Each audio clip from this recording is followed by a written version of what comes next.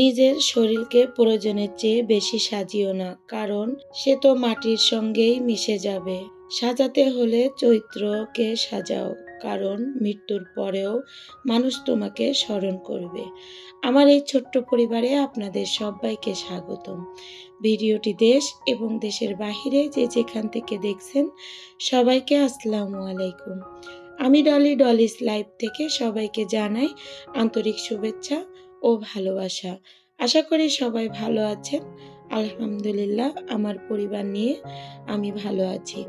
ওই যে শ্বশুরবাড়ি গিয়েছিলাম শ্বশুর মারা যাওয়াতে, তারপরে যে ভিডিও করেছিলাম যে বাসায় আসব সেই জন্য। তাই যে আমাদের আরেকটা রুমের সাথে রান্নাঘর বাথরুম অ্যাটাচ, ওখানে তৈরি করতেছি, মিস্ত্রিরা কাজ করতেছে, সেটা তোমাদেরকে একটু দেখিয়ে দিলাম। আর ওই যে চাল ঢেকিতে কুটে নিয়ে এসেছিলাম, সেটাই দেখো আমি বারান্দায় রোদ্রে দিয়ে দিয়েছি, যেহেতু বাইরে বালি আছে। আর ঘর দরজার অবস্থা দেখো কি হয়ে গেছে। এই যে সিম নিয়ে আসবো, তা আমাদের মাচানের সিম হয়েছে, একদম দানা ভরা সিম। সিমগুলো এত মজা আর অনেক স্বাদ। সেই সিমগুলো নিয়ে আসবো, সেই জন্য সেগুলো আমি গুছিয়ে নিয়েছি। তারপরে দেখো সন্ধ্যার সময় আমি ঘেরে চলে গেছি। আমাদের ওই যে রাস্তাটা দেখা যাচ্ছে, ওই রাস্তার ওই যে বাগানটা, ওইটা কিন্তু আমার শ্বশুর বাড়ি। আর এই যে ঘেরে চলে এসেছি, এটা আমার ননদের ছেলের ঘের আর কি, ভাগনার ঘের।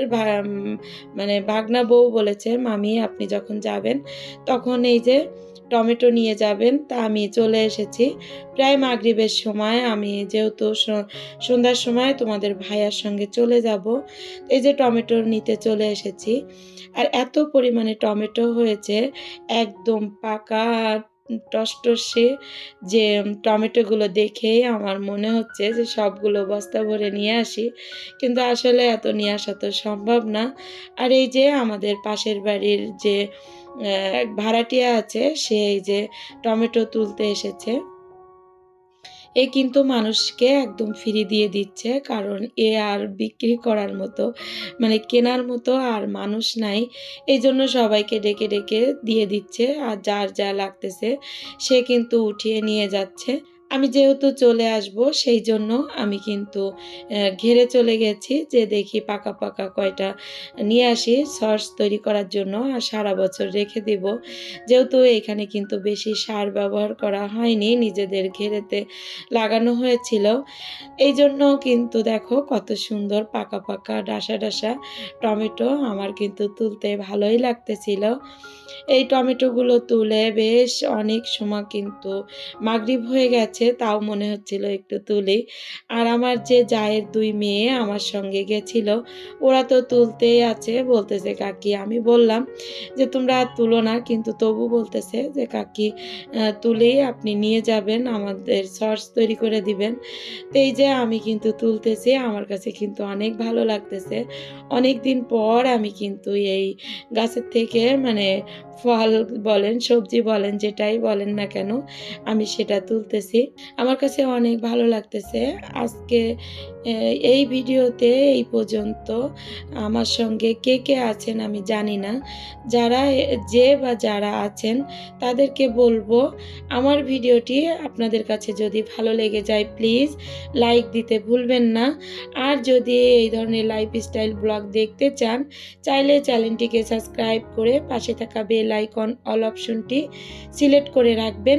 এতে করে আমি যখন নতুন কোনো ভিডিও আপলোড করব, সঙ্গে সঙ্গে নোটিফিকেশন চলে যাবে আপনার মোবাইলে।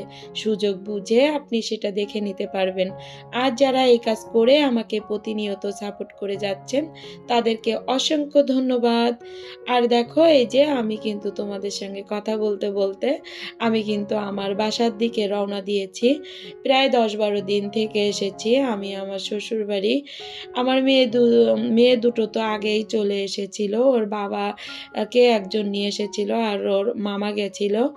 ওর মামা নিয়ে এসেছিল বড় মেয়েকে। তারপরে এই যে আমি কিন্তু আসতেছি। এটা কিন্তু প্রায় আমরা ওখান থেকে রওনা দিয়েছিলাম। রাত 10:30টার সময় আমরা বাগেরহাট থেকে রওনা দিয়ে খুলনায় চলে এসেছিলাম। এটা কিন্তু রূপসা ব্রিজ। আর আমি তো আসা যাওয়ার পথেই ব্রিজটার একটু ভিডিও করি। সেটা তো তোমাদেরকে দেখিয়ে দিই। আমি ব্রিজের পর উঠবো আর ভিডিও করব না তা কিন্তু কখনোই হবে না। হয়তো আমার অনেক ভালো লাগে। এইজন্য কিন্তু আমি ভিডিও করি। কার কেমন লাগে আমি বলতে পারবো না। আর এই যে আমি ভিডিও করতে, করতে তোমাদেরকে আরেকটি কথা আমি বলতেছি। আমার ৬ তারিখে একটা ভিডিও আমি আপলোড করেছিলাম। সেই ভিডিওটা ছিল আমার বড় মামুনির যে বসন্ত মেলা হয়েছিল, ও ওখানে স্টল নিয়েছিল। সেই ভিডিওটি কিন্তু আপলোড হয়নি। সেটা রেডি আছে। সেটা হয়তো আমি ভাবতেছি যে এর ভিতরেই আমি ছেড়ে দিব যেকোনো একদিন। আপু ভাইয়া আন্টিরা আমার ভিডিওগুলো অবশ্যই দেখবেন আর সুন্দর, সুন্দর কমেন্ট করবেন। আপনাদের সুন্দর, সুন্দর কমেন্ট কিন্তু পড়তে আমার অনেক ভালো লাগে আর মনটা অনেক সত্যিই ভালো হয়ে যায়। আমার শ্বশুর আব্বার জন্য যে দোয়া চেয়েছিলাম, আমার প্রত্যেকটা আপু ভাইয়ারা আমার শ্বশুর আব্বার জন্য অনেক, অনেক দোয়া করেছেন। তার জন্য আমি তোমাদের কাছে অনেক কৃতজ্ঞ। আমার কাছে অনেক ভালো লেগেছে। আমার প্রিয়, প্রিয় আপুরা সুন্দর, সুন্দর কমেন্ট করেছে। আমার কলিজাটা ঠান্ডা হয়ে গেছে। যে কষ্টটা আমি পাচ্ছিলাম, অনেকটা কষ্ট কিন্তু আমার দূর হয়ে গেছে এই কমেন্টগুলো পড়ার পরে। তারপরে দেখো আমি বাসায় এসেছি। কি, কি নিয়ে এসেছিলাম সেগুলো তোমাদেরকে দেখাচ্ছি। এখানে কিন্তু আরও ২-৩টা জিনিস আমি দেখাতে পারিনি। মানে সেগুলো ফ্রিজে রাখা হয়ে গিয়েছিল আরকি। সেটা হলো রস, শীতের সময় যে রস পিঠে এবার আমরা কিন্তু খাইনি। তার শ্বশুরবাড়ি গেছিলাম। সেখান থেকে আমার যা জ্বালিয়ে তাঁতরস করে আমাকে দিয়েছিল। আর ওই যে চালের গুঁড়া সেটা তো আগেই দেখিয়েছিলাম। সেটা নিয়ে এসেছি, সেটাও আমি রেখে দিয়েছি। সেটা ভিডিওতে আসলে ভিডিও করতে ভুলে গেছিলাম। আমার শ্বশুর মারা যাওয়াতে আমার কেমন জানি মন ভোলা হয়ে গেছি। এমনিতে আগেই তো মন ভোলা ছিলাম। আর এখন যেন আরও একটু মন ভোলা হয়ে গেছি।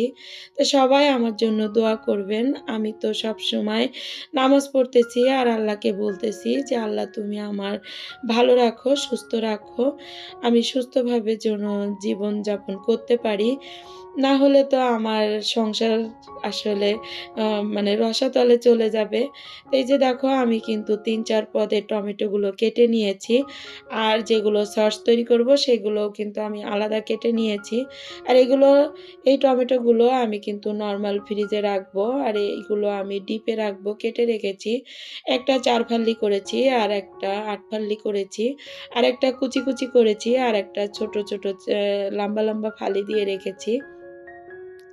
সবগুলো টমেটোই কিন্তু আমি একেকটা টমেটো একেক রকম কেটেছি। আর এই যে আমি সস করার জন্য আমি কিন্তু চুলায় সিদ্ধ বসিয়ে দিয়েছি। তা সসটা তৈরি করব যখন তখন অবশ্যই তোমাদের মাঝে শেয়ার করব। আমি অবশ্যই অনেক ভালো করে সস তৈরি করতে পারি না। আমার অনেক, অনেক আপুরা দেখতেছি অনেক সুন্দর করে সস তৈরি করে। আমি কিন্তু অত সুন্দর পারি না। আমি যেভাবে পারি সেইভাবেই করব আরকি। এই যে সস তৈরি করতেছি আর ওই পাশে যে সিম নিয়ে এসেছিলাম ওগুলো সংগ্রহ করব। তার জন্য আমি পানি গরম করতেছি। ওই পানি গরমের সঙ্গে কিন্তু আমি একটু চিনি আর একটু লবণ দিয়ে দিয়েছি। মিষ্টিও হবে না, লবণও হবে না, হালকা করে দিয়েছি। যে সিমের রংটা সুন্দর রাখার জন্য। এই সিমের রংটা একদম সবুজ থাকবে। এটা রং চেঞ্জ হবে না। দেখো আমি কিন্তু পানির মধ্যে দেওয়ার পরে কিন্তু আরও সবুজ হয়ে গেছে সিমগুলো। এইভাবে সংগ্রহ করলে কিন্তু আসলে অনেক দিন ভালো থাকে। সারা বছর ধরে কিন্তু খাওয়া যায়। প্রত্যেকটা সবজি যদি এভাবে আমরা সংগ্রহ করি তাহলে কিন্তু আমাদের রোজার মাসে আমরা খেতে পারবো টুকটাক। আর এই রোজার মাসে অনেক আপুরা অনেক কিছু করে ফেলেছে। আমি কিছুই করতে পারিনি। জানি না করতে পারবো কিনা আদৌ। কিন্তু রোজা নামাজ অবশ্যই করব। চেষ্টা করব। বাজার তো নিয়ে এসেছে, সেগুলো আমি এখনো গোছাইনি। আর এই যে কুলগুলো আমার যে মেয়েরা নিয়ে এসেছিল, ওগুলো বাসায় এসে দেখি পেকে গেছে। সেগুলো আমি এই আচার তৈরি করব। এগুলো কিন্তু মিষ্টি কুল। তো এখানে আমি তেঁতুলের কাঠটা দেব, দিয়ে একটু টক করে আরকি মানে চাটনি মতন তৈরি করব আরকি। কুলের চাটনি, সেটাও তোমাদেরকে দেখাবো। আর এই যে আমি কিন্তু প্রায় ভিডিওর শেষ পর্যায়ে চলে এসেছি। আমার ভিডিওটি যে নতুন আপুরা দেখতেছো, চাইলে চ্যানেলটিকে সাবস্ক্রাইব করে আমাকে সাপোর্ট করতে পারো। আমি বিদায় নিব, ফিরে আসবো নতুন কোনো ভিডিও নিয়ে। ততক্ষণ ভালো থাকো, সুস্থ থাকো, আমার জন্য দোয়া করবে। আল্লাহ হাফেজ। আসসালামু আলাইকুম।